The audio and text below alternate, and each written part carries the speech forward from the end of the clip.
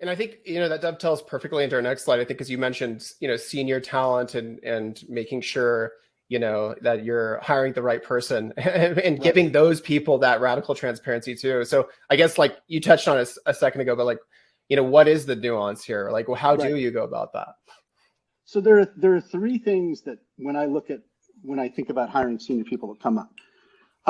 One is it's dangerous. People very wisely are cautious about interviewing somebody who might be their boss. They want to be very cautious about saying bad things.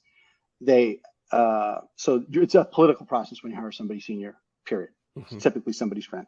Two, it's very hard to get senior people to do work. They don't like to actually do work before they come in. And it's understandable. And this will sound counterintuitive, but this is, if there's the most important thing in my own experience, and I've actually imposed this on jobs as a candidate, I've done it on both sides of this, is I will come in and say, you know what, I'll do whatever at the beginning and say, let's make sure this is a good fit. Give me a problem you want me to work, and I'm going to go spend 12 hours on it, and I'm going to do it in an unformatted PowerPoint slide, and let me make a presentation to you. But make it something that would be material for my job. And that sounds very counterintuitive. I mean, I actually started making people do it and then started insisting on doing it for jobs because I want them to see how I would actually solve something as a candidate. And a candidate who doesn't want to do that, you say, well, I think you're maybe not understanding the nuance of this. The nuance is you're solving something that you would solve as a boss. It's worth your time. Don't you want to spend 12 hours thinking hard and then doing a presentation to see if this is a company that you can work with? And if they won't, that's a really bad sign because it means they don't like to do work anymore, which a lot of senior people don't like to do work. Or they're full of shit. A lot of people get hired. A lot of people get hired because they look good on paper, and a lot of people get promoted because they're good at keeping their boss happy. Right? Yeah. And there are a whole, I bet everybody knows, if you think half the executives know, they're nice and they can keep their boss happy. Yeah. This is like the classic EA problem, in my opinion, is EA will not promote you unless you keep your boss happy. And there's logic to that, and that's sort of the reality of it. But the problem is, if you're actually trying to make a game or be a startup, again, my sort of starting bias is senior people who don't want to work suck because they come in with stupid ideas. They break stuff that's working because the company's doing well enough to hire a senior person. The company's doing stuff right. And a lot of senior people are arrogant and want to do the thing that they have done that has helped them to be successful and do it the same way. I watched this happen at Zynga. Yeah. Early on, we hired a bunch of EA guys who didn't like EA. They came in and they were great. Then we hired people at EA when Zynga was so big, and they came in and tried to make us do it like EA, right? Which was bad. And we started losing. And then, I mean, everybody's worked at EA in games, so I don't want to pick on EA. Anybody who's been around in games for a while, if they've had more than a couple jobs, one of them has been EA. Is an exaggeration, but I think you guys get the sort of the broader point that I'm making there. But really, when I'm interviewing a senior person, my first question is this person willing to do work? And if I say, I want you to go work on a problem, and we can discuss the sort of the boundaries of that, come back and present, I know they'll do the work. And I know they're smart because they know they should want to, because I want to be like, damn, that person's really smart. Yeah, because like the challenge too is, I've experienced this, is when you're hiring more senior people, it's harder to gauge their performative efficacy. Right? Because like it's less, sometimes it's less metrics driven even. So maybe, and correct me if I'm wrong, Bill, but it sounds like what you're saying is you want to give them a performative measurement up front and figure out how to do that.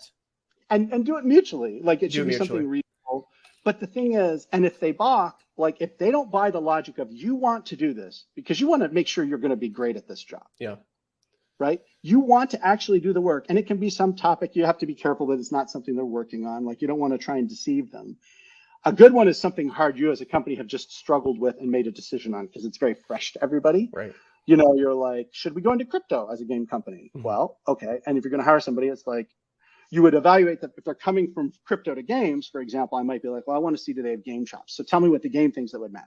If they're coming from games to crypto, I'm like, well, tell me why games and crypto are good, because a lot of game people have that arrogant attitude that if it's not the thing they're already used to making, it's not good. Right. But you negotiate that, but then they should come and do it. And if they don't buy well, I'm too busy to do that, then they're stupid and you don't want to work with them. I know that sounds mean. Yeah. And then I'll call out for senior people, even down lower level, I'll use the example, art directors.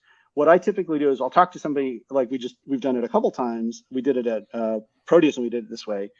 We talked to a number of candidates. We paid 2 candidates for work. So we owned their work. So there was no question about bad feeling or anything like that. Paid them, I don't know, $3,000 each. And, you know, they were both good people. One that we hired, we love her. The other guy's a great guy too. But like, it felt good to them because we were paying them. So they didn't feel bad about doing work. And from my perspective, it was great because then I could use it and not feel bad because I bought it from them. So if it was an idea, because people in games, you understand you're having these conversations about how you're going to do stuff sort of blurs in. But if I've bought their work, then there's no complaining that I ripped something off. Right. And I can also be very specific about what I want it because I'm like, I will pay you a small amount of money. Now, sometimes people can't do that if they're in a current job. So you have to be flexible on it. But usually you can find a way for what I'm saying, which is to get them to do real work. Now, in my own case, I don't like, and I'm not enthusiastic about having to format stuff. Right. I'm like, I'm going to put in this amount of time. I'm going to have literally a black and white base presentation because I don't want to waste my time doing a half-assed job on how it looks. And if it's base, it's like anybody who looks at wireframes. You look at a wireframe, you actually resist making it nice because then people won't look at it as a wireframe. They'll look at it as a mock. Right.